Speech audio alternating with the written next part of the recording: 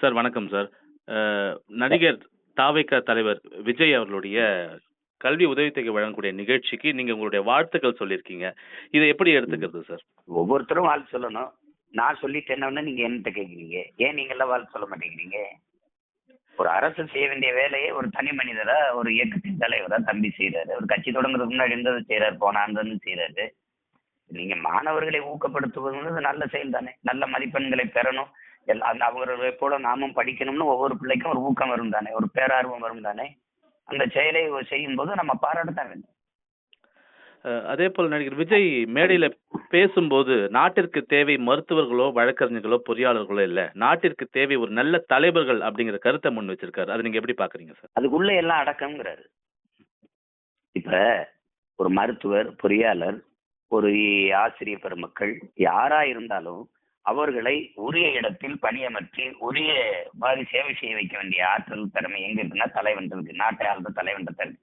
இப்ப தலைவன் சரியில்லாம போனா அது எவ்வளவு திறமை வாய்ந்த மருத்துவரா இருந்தா என்ன, ஆசிரியரா இருந்தா என்ன, இல்ல பொறியாளரா இருந்தா என்ன, என்னவா இருந்து என்ன பயன் இருக்கு சொல்லுங்க. சொல்லுங்க, நீங்க சொல்லுங்க, என்னவா இருக்கும்? அப்ப நல்ல தலைவர்கள், நல்ல தலைவர் இருந்து நல்ல தலைவன் நாட்டை ஆளும் போதுதான் இதெல்லாம் என்ன தரும்? பயன் தரும். அதுல என்ன வீண்? அதுதான் அவர் சொல்றாரு. அதுவும் தேவை. ஆனா அதை தாண்டி இந்த நாட்டுக்கு தேவை ஆக சிறந்த தலைவர்கள், தன்னலமற்ற மண்ணுக்கு மக்களுக்குமாக தூய உள்ளத்தோடு உழைக்கக்கூடிய தலைவர்கள் தேவை. அப்படி தலைவர்கள் இல்லையா? இருந்திருக்காரு. நம்ம முன்னவர்கள் இருந்திருக்காரு. பொம்மந்தூர் ராமசாமி ரெட்டியார், நம்ம தாத்தா, பெருந்தலைவர் காமராஜர், இப்படி எண்ணற்ற பெருமக்கள், கக்கன், இப்படி எண்ணற்ற பெருமக்கள், ஏகப்பட்ட பெருமக்கள் இருந்திருக்காங்க. ஜீவானந்தம், சிங்காரவேலர், இப்படி எண்ணற்ற பெருமக்கள், தெய்வ திருமகள் முத்துராமலிங்க தேவர், இப்படி எண்ணற்ற தலைவர் பெருமக்கள் இந்த நாட்டில் இருந்திருக்காங்க. கப்பலோட்டிய தமிழன் வஉசியை விட இந்த நாட்டுல தலைவன் இருக்கிறானா என்ன? எவ்வளவோ இருந்திருக்கிறாங்க. அந்த வழித்தடத்தில் பயணிச்சு வருங்கால தலைமுறை பிள்ளைகள் நல்ல தலைவர்களா உருவாகி வரணுங்கிறது எல்லாருக்கும் விருப்பம் தானே. அதை தாண்டி வெளிப்படுத்தியிருக்கிறாரு. வரவேற்க நடிகர் விஜயுடைய ஒவ்வொரு அரசியல் நடவடிக்கைக்கும் நீங்க உங்களுடைய ஆதரவு தெரிவிச்சுட்டு வரீங்க. இந்த ஆதரவு 2026 சட்டமன்ற தேர்தல்ல எதிரொலிக்குமா சார்? தம்பியுடைய அரசியல் நகர்வுகளை அவரை ஊக்கப்படுத்தி அவரை உற்சாகப்படுத்த வேண்டியது அண்ணனுடைய கடமை. அதை நான் செய்யறேன். அதை அன்னைக்கு பேசணும். இன்னைக்கு போய் பேசக்கூடாது. திரும்ப திரும்ப சொல்றேன். விதைக்கும் போதே எத்தனை மூட்டை நெல் விளையும் கேட்கக்கூடாது. விளைஞ்சு பருவத்துக்கு வந்து அறுக்க போற நேரத்துல, அறுவடைக்காக போற நேரத்துல எத்தனை மூட்டை நெல் வரும்னு கேட்டா சொல்லலாம். நாங்க விதைச்சுக்கிட்டு இருக்கும் போதே நீங்க இது எத்தனை மூட்டை நெல் விளையும்னு கேட்கக்கூடாது. புரியுதா? அது அது நல்ல கேள்வியும் இல்ல. அதுக்கு பதில் சொன்னா நல்லா இருக்கு. திராவிட இயக்கங்களுக்கு மாற்றா ஒரு இயக்கம் தமிழ்நாட்டை ஆளணும் அப்படிங்கிறது தொடர்ந்து சீமான் அவருடைய முழக்கம். இது 2026ல சாத்தியப்படுமா சார்? சாத்தியப்படும், சாத்தியப்படுத்துவோம். படுத்துவோம். தொடர்ந்து மாணவர்கள்ட்ட பேசும்போது போதைப் பொருள் கலாச்சாரம் தொடர்பாக விழிப்புணர்வு ஏற்படுத்தக்கூடிய வகையில விஜய் அவர்கள் பேசியிருக்காங்க. இதை நீங்க எப்படி பாக்குறீங்க? அவர் மட்டும் இல்ல, ஒவ்வொருத்தரும் பேசணும். ஒவ்வொரு அண்ணனும் தம்பி தங்கைகிட்ட பேசணும். ஒவ்வொரு அப்பாவும் பிள்ளைகள்கிட்ட பேசணும். ஒவ்வொரு அம்மாவும் பேசணும். ஒவ்வொரு ஆசிரியர் பெருமக்களும் மாணவர்கள்ட்ட பேசணும். ஒவ்வொரு அமைச்சர் பெருமக்கள் தலைவர்களும் தன் நாட்டு குடிகள்கிட்ட பேசணும். இது ஒவ்வொருத்தருக்குமான சமூக பொறுப்பு, கடமை. அதை விட்டுட்டு தம்பி பேசணும். அதான் அவர் பேசியிருக்காரு. உரிய நேரத்துல பேசியிருக்காரு. நாடே போதை கலாச்சாரத்துல மூழ்கி அப்படி திணறி கொண்டிருக்குது. இவ்வளவு சாவு பாருங்க. பெரும் வெள்ளத்திலே 37 பேர் செத்துருக்காங்க தூத்துக்குடியில.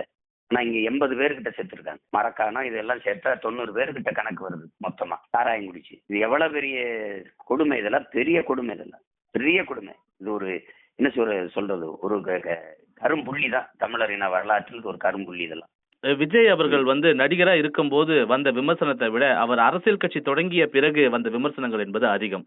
இத ஒரு அண்ணனாவும் ஒரு அரசியல் கட்சி தலைவராகவும் நீங்க எப்படி பாக்குறீங்க? இத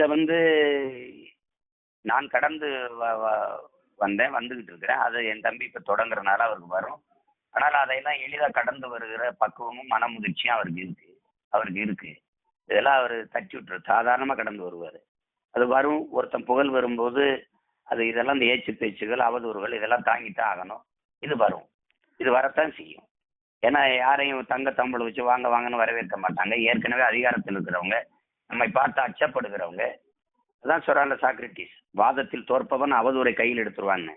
நம்ம வைக்கிற கேள்விகளுக்கு பதில் சொல்ல முடியாதவன் தூற்றுவான். அவதூறை கையில் எடுத்து பேசுவான். அதுதான் இப்ப நடக்கும். தனிப்பட்ட முறையில் தாக்குதல், குடும்பத்தை அவதூறா பேசுறது, தனிப்பட்ட வாழ்க்கையை கேவலமா பேசுறது, இதெல்லாம் செய்வாங்க. இது இந்த திராவிட அரசியலினுடைய வாடிக்கை. அத சாதாரணமா கடந்து போகணும். அவ்வளவுதான். அதான் அந்த பக்குவமும் முதிர்ச்சியும் அவருக்கு இருக்கு. வந்துருவார், அழகா கடந்து வருவார். சார் ஒரே விஷயம் இல்ல, இறுதி கேள்வியா கூட இதை எடுத்துக்கலாம். நடிகர் விஜய் ஏன் அரசியலுக்கு வரணும், ஏன் வரக்கூடாது அப்படிங்கறத நீங்க எப்படி செய்த சொல்லுவீங்க? வரக்கூடாதுன்னு ஏன் சொல்லணும்? யாருமே வரலாம். தம்பி வர்றதுல எனக்கு பிரச்சனை இல்லை. தொடங்குறது எளிது, தொடர்றதான் கடினம். தொடர்ந்து தொடங்கிறத விட தொடர்ந்து நிக்கணும். அதான் முக்கியம். அதுதான் முக்கியம். அதான் அவர் செய்யணும், அதை செய்யணும்னு நான் சொல்லிக்கிட்டு இருக்கேன், செய்வார். வரணும்னா நிறைய பேர் அவர் சொல்ற மாதிரி நிறைய தலைவர்கள் தேவைப்படுது. ஒரு கருத்தை நானே வலியுறுத்துகிறேன், அதை அந்த கருத்தை இன்னொரு குரல் ஒலிக்கும் போது அது கூடுதல் வலிமை பெறுது. இன்னொரு கருத்து, அதே கருத்துக்கு இன்னொரு குரல் வரும்போது அது கூடுதலா வலிமை பெறும். இப்ப எல்லாரும் பேசும்போது இது சரியா இருக்குங்கிற ஒரு நம்பிக்கை மக்களுக்கு வரும். அதுக்குத்தானே ஒரு அணியில 7 பேர் எதுக்கு விளையாடுறோம் கபடி, 11 பேர் எதுக்கு விளையாடுறோம் கால்பந்து? ஒருத்தரை விளையாட முடியாதா? அதுதானே சேர்ந்து விளையாடணும். அதுதான் அது தேவைப்படுது. அதுதான் அவரு தம்பி வருவது வலிமை தான். தமிழக அரசியலில் ஒரு வலிமை தான். சார் இந்த கள்ளச்சாராயம் விவகாரத்துல அரசு தங்களுடைய பணியை செய்ய தவறிடுச்சு அப்படிங்கிறது நீங்கள் உட்பட எதிர்க்கட்சிகள் அனைவரும் வைக்கக்கூடிய ஒரு குற்றச்சாட்டு. இது தொடர்பா நேற்று அதிமுக எடுத்த உண்ணாவிரதத்தை கூட நீங்க ஆதரவு தெரிவிச்சிருந்தீங்க. 2026 அதிமுக, நாம் தமிழர், தாவேகா கூட்டணி அமைப்பதற்கான வாய்ப்புகள் இருக்கா? அது அப்ப பேசணும்.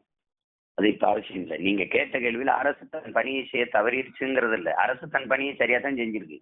சாராய விற்கிறதா அது வேலை, அது சரியா தானே செஞ்சிருக்கு. அரசுக்கு தெரியாம இது நடந்துருச்சா? இந்த கண்ணுக்குட்டின்னு ஒருத்தனை பாருங்க, அவன் தான் இந்த அவ்வளவு ஒரு அதிகார கட்டமைப்பை மீறி திருட்டுத்தனமா சாராயம் வச்சு வித்துட்டாரா? இவ்வளவு உளவு கட்டமைப்பு, காவல்துறை, இவ்வளவு கட்டமைப்பை வச்சுக்கிட்டு இவ்வளவு இதுல ஒரு தெரியாது. ஃபெலிக்ஸ்னு ஒருத்தர் டெல்லியில இருந்து ஒரு அலைபேசியில பேசினோன்னா அந்த எண்ணெய் ஒட்டு கேட்டு போய் கைது பண்ணி குடிச்சு வர தெரியுது. இங்க இருந்து 25 வருஷமா சாராயம் காய்ச்சி விற்கிறத கண்டுபிடிக்க முடியல. அரசு தன் கடமையை சரியா செஞ்சிருக்கு, பணியை சரியா செஞ்சிருக்கு. சாராயம் காய்ச்சி விற்கிறது அது வேலை, அது சரியா தானே செஞ்சிருக்கு.